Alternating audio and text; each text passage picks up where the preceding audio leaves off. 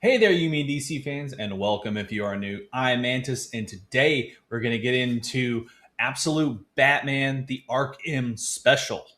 Let's check it out.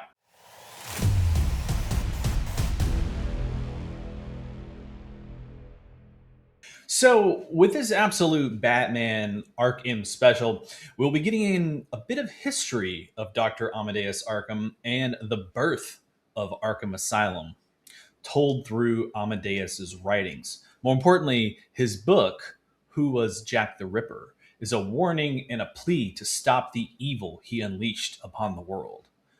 Will Batman hear it though? 1945. Arkham Asylum. An older Amadeus is admiring his photographs with the beginning of Arkham Asylum as he gets a knock on the door. Visitor is someone looking to purchase the asylum, and on their way out to tour the grounds, he notices one of the portraits of Amadeus's mother.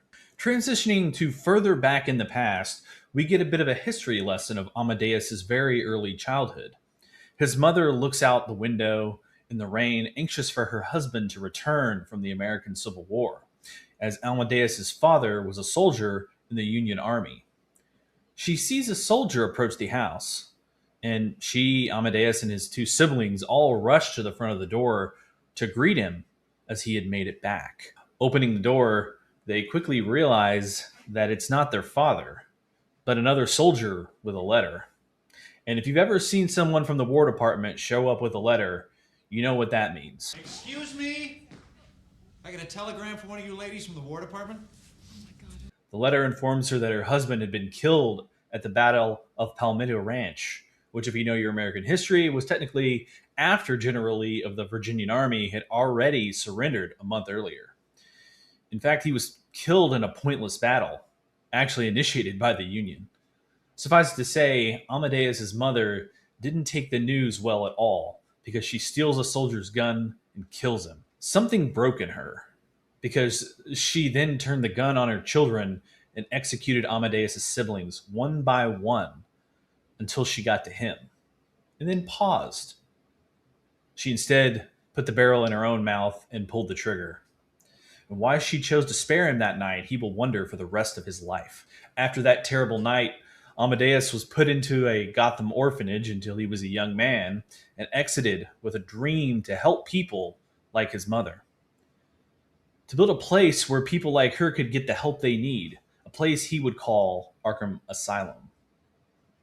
With the money from the Elliott Foundation, he purchased the land some say was haunted by the dead of the past and built the mental institution. He didn't care much about that or anything as long as he could do good work in the world. In the beginning, things were great.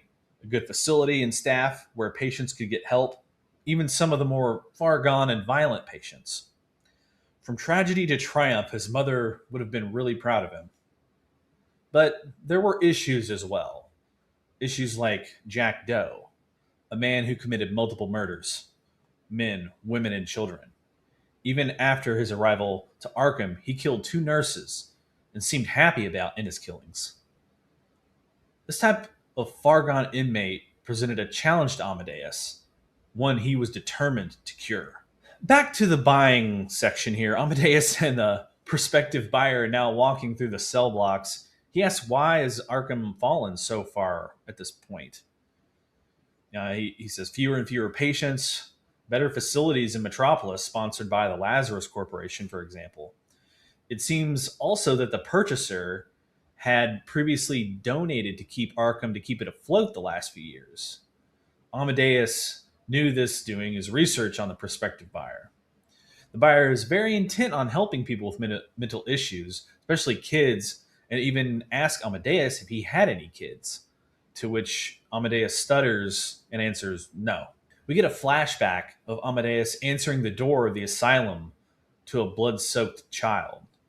So much blood, the rain couldn't even wash it all off. Being an orphan himself, Amadeus takes in the child and nurses clean him up, giving him a stuffed bear and a bed to sleep in. Amadeus took him under his wing. Grew a fascination for Arkham. He began to think of him as a son who would carry on his work. Tomorrow is a new day, the boy would say to Amadeus as kind of a private phrase they would exchange from time to time. Even when Jack would taunt the boy, he remained undeterred. 2 days later, Jack escaped from his cage and held the boy hostage. Looks like a knife there. And Amadeus tried to talk Jack down, and thankfully, Jack isn't as stupid as he is crazy. Killing the boy would be instant death, he knew. Jack did get a good beating for his troubles, though. Back to the sales meeting slash tour, the buyer notices that patients are still making their way to the asylum. Amadeus, however, is the only doctor left to help these patients. He then asks Amadeus about the incident. Amadeus denies it at first, but the buyer already seems to know about it and pushes more for what happened in the breakout. We get to see the breakout as one of the orderlies had gotten too close to an inmate who had stole his keys, slashed his throat. The escapee then let out other inmates who made their way to the furnace room. And through the night, they worked and dug a tunnel from behind the furnace. They had escaped into the night. And viewing the horror the next day, Amadeus knew that Jack had done this. And he knew who Jack would target next. Rushing home, Amadeus made his way to his son's room, but the boy was nowhere to be found. Just blood-stained sheets. He was gone forever. Amadeus tells the buyer that he never forgave himself for that breakout, and as such built a shame shrine of sort with old newspaper articles of the aftermath and all the deaths caused by the escaped inmates. Now, eventually, all of them would be brought back to Arkham, all except Jack, who Amadeus thinks is Jack the Ripper. The buyer is well aware, but then asks to see the furnace room. They go down into the furnace room, a place Amadeus hasn't been in 60 years. The buyer points out the replaced wall where they had escaped, and it had been repaired. But also, he noticed another wall section that had been replaced as well, something Amadeus hadn't noticed before. The buyer then leans in and whispers something to him. Amadeus is frozen in place as the buyer leaves, telling him he can find his own way out and that he loves the place. Later that night, he couldn't sleep because of what the buyer said. Amadeus went to the furnace room again, wanting to see what was in that other replaced wall section, and was horrified what he had found. He takes his son's bear and uses it as a torch, grabbing fire from the furnace, throws it into the surrounding kind of beams and support structures, and sets the asylum on fire. All the inmates suffering the same fate as Amadeus that night, being burned alive in the blaze. Standing outside the burning complex, we see Jack reading the journal of Amadeus and smiling in the dark.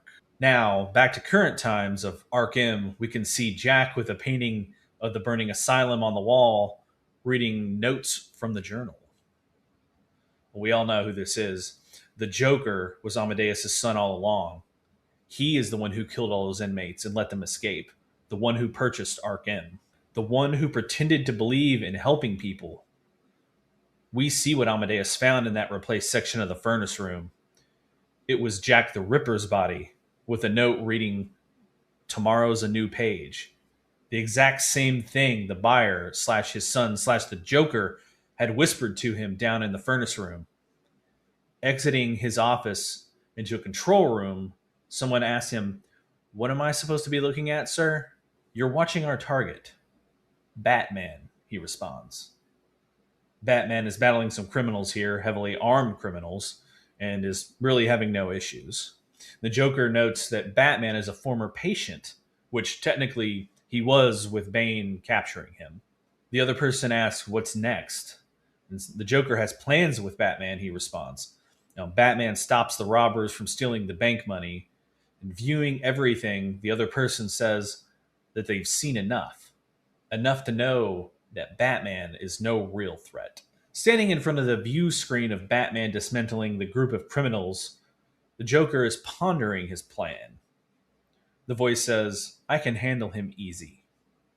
And the Joker agrees, but there are other friends that he'd like to introduce to Batman, including Man-Bat, Poison Ivy, Hugo Strange, Scarecrow, Clayface, and Mad Hatter. The Joker hits a button and opens their biome cells to let them out, just as he had done all those years ago. "Don't worry, you'll get your chance," he tells the other person. And who is the Joker's accomplice, you may ask? None other than Deathstroke. All right, guys, thanks for following along and watching the video. We do really appreciate that here with You, Me, and DC. Don't forget to like, subscribe, hit the bell notification button so you'll be notified when the next video comes out in any of our series that we're doing with comic books. That includes the KO event, Batman, and all the absolute comic series. So until next time, later.